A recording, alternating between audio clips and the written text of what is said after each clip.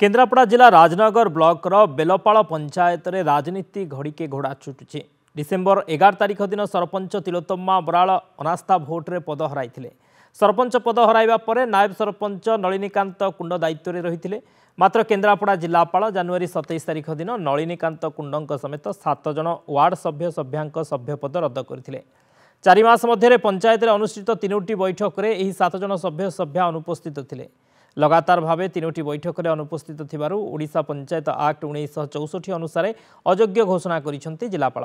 एने पदक्षेप नेबाकू केन्द्रापड़ा जिलापाल जिला पंचायत अधिकारी और बीडीओ को निर्देश देइथिले। अपरपक्षे 3टी मीटिंग रु गोटिए रे जोग देइथिबारु तांकू अयोग्य घोषणा करिबा यथार्थ नुहे बोली कहिसेंती वार्ड सभ्या।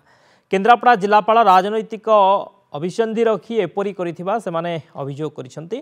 प्रतिवाद रे बैठक पई पंचायत कार्यालय खोलिबा पूर्व नायब सरपंचक समेत वार्ड 7 जन वार्ड सभ्या धारणा देइथिले।